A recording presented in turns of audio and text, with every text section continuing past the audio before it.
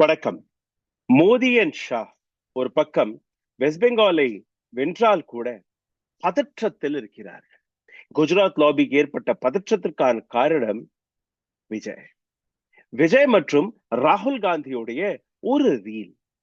இந்த ரீலை நேற்று டிலீட்டும் செய்து விட்டார்கள். மெட்டா எங்களுக்கு தெரியாது என்று கூறினார்கள். இந்தியாவில் மற்றும் இந்த ரீலை பார்க்க முடியாதா? ஆனால் எஜுகேஷன் வெளிவந்தவுடன், அலிகேஷன்ஸ் வெளிவந்தவுடன் அந்த ரீலை மறுபடியும் போட்டுவிட்டார்கள். டெக்னிக்கல் கிளிச். அதனால் இதை இந்தியாவில் பார்க்க முடியும். ஆனால் இந்த ரீலை பற்றி ஒரு செய்தி வந்தால் கூட இன்னொரு பக்கம் சதன் இந்தியாவில் பிஜேபியுடைய அந்த பிடி இன்னைக்கு இல்ல, என்னைக்குமே வீக்காக தான் இருந்தது. இப்போ சதன் இந்தியாவில் இருக்கக்கூடிய, அதாவது தென்னிந்தியாவில் இருக்கக்கூடிய தலைவர்கள் அவர்களும் தன்னுடைய பிடிகளை விட்டுக் கொண்டிருக்கிறார்கள் என்கிற அந்த விஷயம் இன்னைக்கு புரிந்துவிட்டது. தமிழ்நாட்டில் 234 தொகுதி, அதில் 5 காங்கிரஸ் எம்எல்ஏக்களை வைத்து விஜய்வுக்கு ஆதரவு கொடுத்து இன்னைக்கு காங்கிரஸ் உடைய ஆட்சி, விஜயுடன் அந்த கூட்டணி ஆட்சி தமிழ்நாட்டில் வந்துவிட்டது. கேரளாவில் 63 எம்எல்ஏக்களை கொண்ட காங்கிரஸ் ஆட்சி கேரளாவிலும் வந்துவிட்டது. தெலுங்கானா, இதே போன்று கர்நாடகா ஏற்கனவே காங்கிரஸ் கையில் இருந்தது. இப்போ ஆந்திர பிரதேசத்திலும் கொஞ்சம் கொஞ்சமாக பிஜேபி அல்ல பிஜேபி கூட்டணியில் இருக்கக்கூடிய அனைத்து கட்சிகளுமே இன்னைக்கு பேக்ஃபுட்டில் வர தொடங்கி விட்டார்கள். இதில் மிக பெரிய அடி ராகுல் காந்தி மற்றும் கர்கேவுடைய கேம். தெலங்கானாவில் காங்கிரஸ், கர்நாடகாவில் காங்கிரஸ், கேரளாவில் காங்கிரஸ், தமிழ்நாட்டில் காங்கிரசின் கூட்டணி கட்சி. இந்த அனைத்தையுமே பார்த்து ஒரு நபர் கிங் மேக்கராக தன்னை எடுத்துக்காட்டிய நபர் இன்னைக்கு பதற்றத்தில் இருக்கிறார். இந்த நபருடைய பேர் தான் சந்திரபாபு நாயுடு. சந்திரபாபு நாயுடு தன்னுடைய எதிர்காலத்தை நோக்கி கொஞ்சம் கவலைப்பட்டுக் கொண்டிருக்கிறார். நிதிஷ்குமாரை எப்படி தீயில் விழுந்த ஈ போன்று தூர வீசினார்களோ அதே போன்று அடுத்த டார்கெட் சந்திரபாபு நாயுடு தான் என்கிற அந்த விஷயம் அவர்களுக்கு தெரிந்துவிட்டது. டீலிமிட்டேஷன், இதை தாண்டி பல்வேறு விஷயங்களை வைத்து தென்னிந்தியாவில் பிஜேபியுடைய நிலையை பற்றி நாம் அனைவருமே பார்த்து கொண்டுதான் இருக்கிறோம். ஆனால் தென்னிந்தியாவுடைய இன்னொரு ஆக்ஷன், நேற்று விஜய் அவர்களுடைய அந்த பதவி பிரமாணம் எந்த அளவில் ஒட்டுமொத்த உலகமே ஒரு சினிமா பாணியில் அந்த பதவி பிரமாணம் நடந்தது. ஒட்டுமொத்த உலகமே வியந்து பார்த்து வந்த இந்த பதவி பிரமாணத்தில் பிஜேபிக்கு, சந்திரபாபு நாயுடுவுக்கு பிடிக்காத ஒரு விஷயம், ராகுல் காந்தி அந்த இடத்தில் வந்தது. ராகுல் காந்தி கையில் எப்படி இந்த ஆட்சி போகலாம் என்கிற அந்த காரணம். சூப்பர் ஸ்டார் விஜய் மற்றும் ராகுல் காந்தி ஒட்டுமொத்த சோசியல் மீடியாவில் ஒரு மிகப்பெரிய பிரளயமாக வந்திருக்கிறார்கள். ராகுல் காந்தி விஜயுடைய இந்த கேம் பிளானை ஆந்திரா கொஞ்சம் கொஞ்சமாக புரிந்து கொள்ள தொடங்கிவிட்டது. நாயுடுவுடைய பிளான் ஃபெயில் ஆகிவிட்டது. அமித்ஷாவுடைய பிளான், மோடியுடைய பிளான் ஃபெயில் ஆகிவிட்டது. காங்கிரஸை ஒருமுறை பார்த்து விடுங்கள். நாயுடு ஒரு ஹெவி வெயிட் சாம்பியனாக தன்னை எடுத்து காட்டினார். கர்நாடகாவில் 224 எம்எல்ஏக்கள், இதிலிருந்து நேரடியாக 138 எம்எல்ஏக்கள் காங்கிரஸை சார்ந்த எம்எல்ஏக்கள்.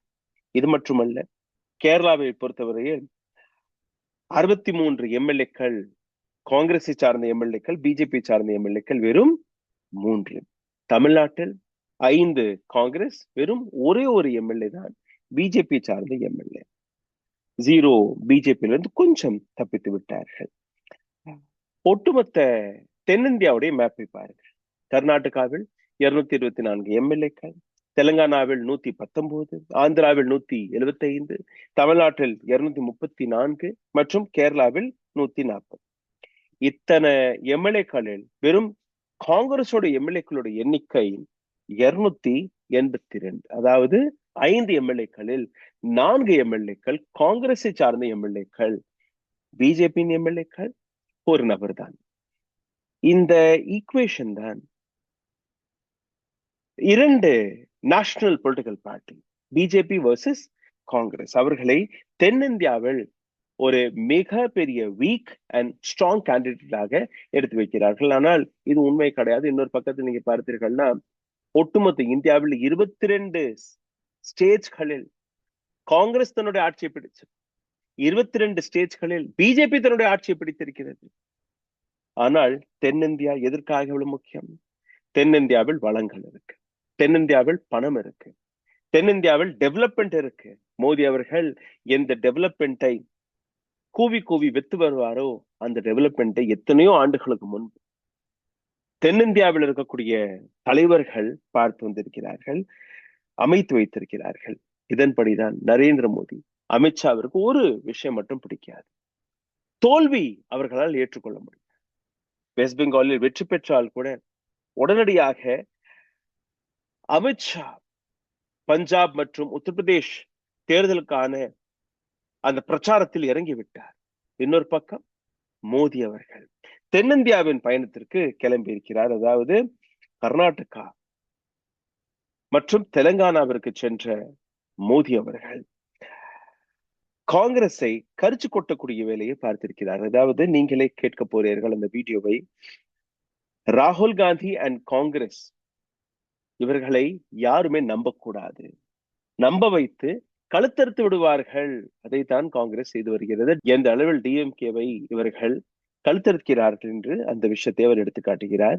13-14 ஆண்டுகளாக எந்த விஜயும் ராகுல் காந்தியும் நண்பராக இருந்தார்களோ அந்த நட்பை வெளிப்படுத்தும்படி நேற்று ஒரு ஆட்சி அமைந்தது. இந்த ஆட்சியை ஏற்றுக்கொள்ள முடியாத நரேந்திர மோடி என்னெல்லாம் பேசியிருக்கிறார் கர்நாடகாவில் நீங்களே கேட்டு விடுங்கள். कांग्रेस की पहचान आज एक परजीवी पार्टी की बन गई है और इसलिए वो पहला मौका मिलते ही अपने साथियों के साथ भी विश्वासघात करती है और इसलिए ही कहा जाता है कि कोई ऐसा सगा नहीं जिसे कांग्रेस ने ठगा नहीं. No one should trust ராகுல் or காங்கிரஸ். இது மட்டுமல்ல, பெங்களூர்ல இருந்து கிளம்பி நேரடியாக ஹைதராபாத்திற்கு சென்ற நரேந்திர மோடி ரேவந்த் ரெட்டி அவர்கள், காங்கிரசின் சீஃப் மினிஸ்டர் ஆஃப் தெலுங்கானா, மேடையிலிருந்தே அவர் பேசிய அந்த வார்த்தை அனைத்து மரியாதையும் அனைத்து சதிகளையுமே தாண்டி விட்டது. என்ன? மேடையில அமர்ந்த ரேவந்த் ரெட்டி அவர்களை பார்த்து நரேந்திர மோடி அவர்கள் கூறிய வார்த்தை, who is very close to Rahul Gandhi also. Narendra Modi said, குஜராத்திற்கு நான் எந்த அளவில் பட்ஜெட்களை ஒதுக்கி வருகிறேனோ, எந்த அளவில் அங்க தொண்டு செய்து வருகிறேனோ அந்த அளவில் நான் தெலுங்கானாவிற்கும் செய்ய போகிறேன், செய்ய ஆசைப்படுகிறேன். ஆனால் அதற்கு பதிலாக நீங்க நேரடியாக என் பக்கம் மாறிவிட வேண்டும். அதாவது ஒரு காங்கிரஸ் சீஃப் மினிஸ்டரை பார்த்து நரேந்திர மோடி அவர்கள், நான் இதை செய்யறேன், ஆனா நீங்க என் பக்கம் சாய்ந்தால் அதை செய்கிறேன் என்று கூறியிருக்கிறார். இதைவிட கேவலமான சதியை நீங்க பார்த்திருப்பீர்களா என்கிற இந்த கேள்வி அந்த வீடியோ நீங்களே பார்த்து விடுங்க. मैं रेवंता जी से कहूंगा कि 10 साल के शासन में भारत सरकार ने जितना गुजरात को दिया वो मैं आपको देने को तैयार हूं, लेकिन मेरी जानकारी से मैं आपको बता देता हूं कि जैसे ही मैं ऐसा करूंगा आपको जो अभी मिल रहा है वो आधा हो जाएगा. आप जहां पहुंचना चाहते हैं नहीं पहुंच पाएंगे और इसलिए अच्छा है कि मेरे से ही जोड़ो. இந்த வீடியோவில் உங்களை இன்னும் ஆழமாக கூட்டிச்சலுக்கு முன்பொரு சரி கோரிக்கை உங்களுடைய சேனலை தொடர்ந்து முடக்கக்கூடிய வேலையை பார்த்து வருகிறார்கள். இதிலிருந்து மீட்டெடுப்பதற்காக உங்களுடைய உதவி தேவை. நீங்க செய்ய வேண்டிய ஒரு சில சாதாரணமான விஷயங்கள், லைக், ஷேர், சப்ஸ்கிரைப் பட்டனை தட்டுங்கள். இந்த வீடியோவை பகிர்வதற்காக உங்களுடைய கேள்விகள், கருத்துக்களையும் கீழே கமெண்ட் பாக்ஸில் எழுதி விடுங்கள். இதை தாண்டி பொருளாதார ரீதியாக எங்களை சப்போர்ட் செய்ய நினைக்கக்கூடிய நபர்கள் அருகில் இருக்கக்கூடிய QR கோடை பயன்படுத்தி உங்களால் முடிந்த உதவியை நீங்க தெரிவிக்கலாம். I will tell Revanth Reddy ji that what I have done for Gujarat in the last 10 years, I will do it for you also. ஆனா நீங்க என் பக்கம் சாஞ்சிருங்க. Just imagine, country's prime minister is trying to bribe opposition political parties chief minister. எப்படி Aam Aadmi party இவர்கள் உடைத்தார்களோ, எப்படி சிவசேனாவை உடைத்தார்களோ, இப்ப எந்த நிலையில் ஏடிஎம்கே இருக்கிறதோ, எப்படி டிஎம்சியோட நிலை இருக்கிறதோ, எந்த அளவில் டிஎம்கேடைய நிலை இருக்கிறது, அனைத்தையுமே ஒவ்வொன்றாக சரிக்கக்கூடிய வேலையை நரேந்திர மோடி என்றையும் பார்த்து வருகிறது. ஆனால் இந்த இடத்தில் தான் ராகுல் காந்தி மற்றும் கர்கேவுடைய பிளான் மிக பெரிய அளவில் சக்சஸ் ஆகியிருக்கிறது தமிழ்நாட்டில். கர்கே அவர்கள் எல்லாருக்கும் தெரியும், தென்னிந்தியாவை சார்ந்த ஒரு தலித் லீடர். அவருடைய சாணக்கியத்தனம் மற்றும் ராகுல் காந்தியோட பாப்புலாரிட்டி ரெண்டுமே சதன் இந்தியாவை ஒரு மிகப்பெரிய அளவில் தன் பக்கம் மாற்ற தொடங்கி இருக்கிறது. இந்த இடத்தில் தான் நரேந்திர மோடி மற்றும் நாயுடு அவர்களுடைய ஒரு பதற்றம் வெளிவருகிறது. நாயுடு 2029 ஆண்டு வரை சீஃப் மினிஸ்டராக இருப்பதா, அல்ல தன்னுடைய பதவியை தன்னுடைய மகன் நாரா நாயுடு கையில் கொடுப்பதா என்கிற அந்த குழப்பம் மற்றும் அல்ல, 2029 ஆண்டு தன்னை பிரைம் மினிஸ்டர் கேண்டிடேட்டாக எப்படி முன்வைக்கலாம் என்கிற அந்த வேலையை அவர் பார்த்து வருகிறார். ஆந்திர பிரதேசத்தில் மீண்டும் ஒரு முறை 2029 நான் தான் சீஃப் மினிஸ்டராக என்கிற அந்த கேள்வியும் அவருக்கு வருகிறது. ஏன்னா அவருடைய ஒரே ஒரு நோக்கம் தன்னுடைய மகனை சீஃப் மினிஸ்டராக பதவியேற்க வைத்து தான் மத்தியில் போய் அமர வேண்டும், முக்கியமாக பிரைம் மினிஸ்டர் கேண்டிடேட்டாக அவர் தன்னை எடுத்து வைக்கிறார். ஆனால் இந்த இடத்துல சந்திரபாபு நாயுடு எந்த இடத்தை அவர் விட்டிருக்கிறார் என்று நீங்க பார்த்தீர்களா, தெலுங்கானா, கர்நாடகா, கேரளா, இப்போ தமிழ்நாடு டிடிவி விஜயுடன் சேர்ந்து பிஜேபியுடைய அலை. இப்போ பதற்றம் எதற்காக? இப்போ பிஜேபியிலிருந்து வெளிவந்தால் சந்திரபாபு நாயுடு மீது இருக்கக்கூடிய ஏராளமான ED cases, CBI cases, IT case அனைத்தையுமே அவர்கள் தொடர்ந்து பிஜேபி ஏற்கனவே ஒரு 6 மாதங்கள் சிறையில் இருந்து வெளிவந்த நபர் தான் சந்திரபாபு நாயுடு மீண்டும் சிறைக்கு செல்ல ஆசைப்படவில்லை. இதற்கிடையே தன்னுடைய மகனான நாரா கையில் இந்த ஆட்சியை ஒப்படைத்து விட்டு தான் பிரைம் மினிஸ்டர் பதவிக்கு செக்கர்மேட் வைக்கலாம் என்கிற அந்த ஆசையில் சந்திரபாபு நாயுடு இருக்கும்போது எப்படி நிதிஷ்குமார், எப்படி ஏஐடிஎம்கே அதன்படி என்னையும் இவர்கள் மாற்றி விடுவார்களா என்கிற அந்த கேள்வி இவர்கள் பார்த்து இருக்கிறார்கள். அதாவது he has been trapped என்கிற இந்த விஷயம். சந்திரபாபு நாயுடு அவருடைய உள்மனது என கூறுகிறது, இந்த நிமிடத்திலேயே நான் பிஜேபியிலிருந்து வெளியேற வேண்டும். காரணம் டீலிமிட்டேஷன் மற்ற விஷயங்களை வைத்து தென்னிந்தியாவில் இருக்கக்கூடிய அனைத்து நபர்களுமே ஒரு ஆன்டி பிஜேபி ஸ்டாண்டை எடுத்து வைக்க தொடங்கிவிட்டார்கள். அதாவது பிஜேபியுடன் யாரெல்லாம் 2029 வரை இருக்கிறார்கள், முக்கியமாக தென்னிந்தியாவில் இருக்கக்கூடிய அரசியல் கட்சிகள், அவர்களுக்கு எந்த விதமான பலனும் எந்த விதமான வெற்றியும் கிடைக்காது என்கிற விஷயத்தை அவர்களும் புரிந்து கொண்டார்கள்.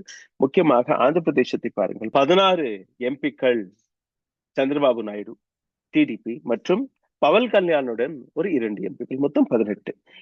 இப்போ பிஜேபியும் மிகப்பெரிய அளவில் சந்திரபாபு நாயுடுக்கு எதிராக வர தயாராக. ஆனால் அவர்கள் எடுத்து வைத்த இன்னொரு விஷயம், பவன் கல்யாணை ஒரு ஹிந்துத்வா ஃபேஸ் ஆக ஆந்திராவில் எடுத்து வைக்க தொடங்கி விட்டார்கள். இதுவும் சந்திரபாபு நாயுடுக்கு எதிராக தான் போகிறது. அப்படி பவன் கல்யாண் அவருக்கு பின்னாடி பிஜேபி இருந்தால் பிஜேபி எதை வேணாலும் சாதிப்பார்களே. பிஜேபி எந்த இடத்திலும் அவர்கள் இறங்க தயங்க மாட்டார்களே. அப்போ சந்திரபாபு நாயுடு தன்னுடைய பிஎம் பிரைம் மினிஸ்டர் ஆசைக்காக தன்னுடைய கிரவுண்டை விட்டு வெளியேற விட வேண்டாம் என்கிற ஒரு விஷயத்தையும் அவர் எடுத்து வைக்கிறார். அதாவது அவருடைய 1-2 அல்ல, பல ஃபைல்ஸ்கள் மத்திய அரசாங்கத்தின் கையில் இருக்கிறது. அதற்கும் அவர் பயப்படுகிறார். ஆனால் உள்மனதில் நீங்க பார்த்தீர்கள்னா எப்படியாவது 2 விஷயத்தை அவர் சாதிக்கணும். ஒரு பக்கம் நாரா அவருடைய மகனை சீஃப் மினிஸ்டராக, இன்னொரு பக்கம் தன்னை பிரைம் மினிஸ்டராக ப்ரொஜெக்ட் செய்வது மட்டும்தான் அவருடைய அடுத்த நகர்வாக இருக்க போகிறது.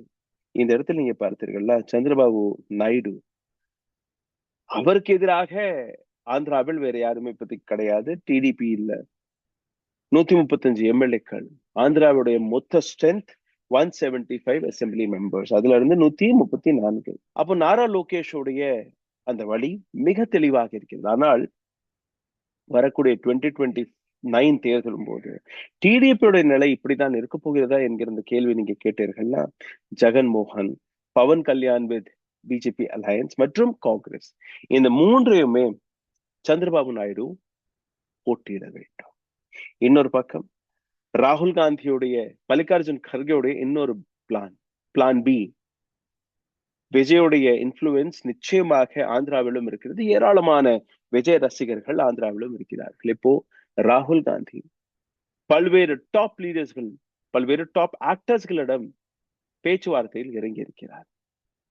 2029க்கு முன்னாடி விஜய் அவர்கள் போன்றே இன்னொரு நடிகரை ஆந்திராவில் இறக்கிவிட்டு ஆந்திராவுடைய அந்த ஆட்சியையும் கவிர்க்க வேண்டும் என்கிற கேள்வி. தெலுங்கானா, கர்நாடகா 2023 பிஜேபி கையில் வந்து விடுமா? கிடையாது.